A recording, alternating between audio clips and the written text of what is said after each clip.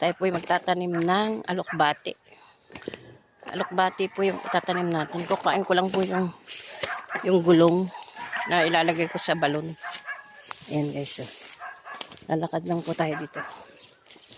Ayan. Meron po dito gulong na luma. Atin pong ilalagay sa balon. Ito guys, oh.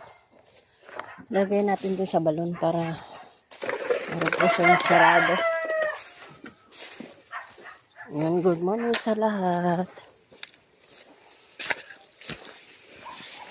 Tampon po natin. Ito guys, oh.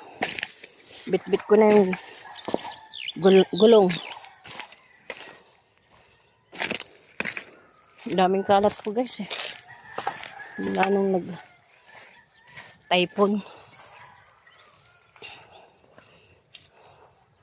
Yan, dito po natin ilalagay yan sa gulong. Dito po sa ano, nilagyan ko nga po ito ng bakod oh. Yung ating balon. Kasi may mga aso po dito.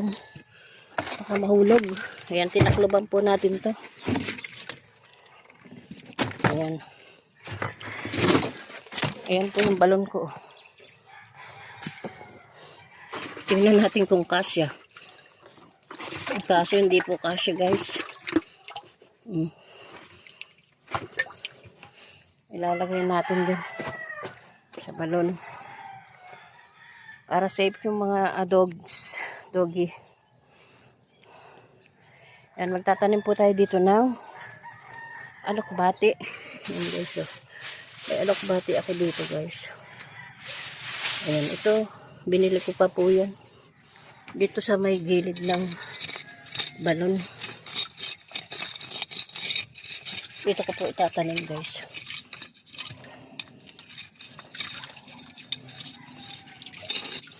Ayan guys. So, yung balon po kasi yan. Dito natin itatanim. Ayan. Dito po natin itatanim ito. Ayan guys. So, sa gilid ng balon.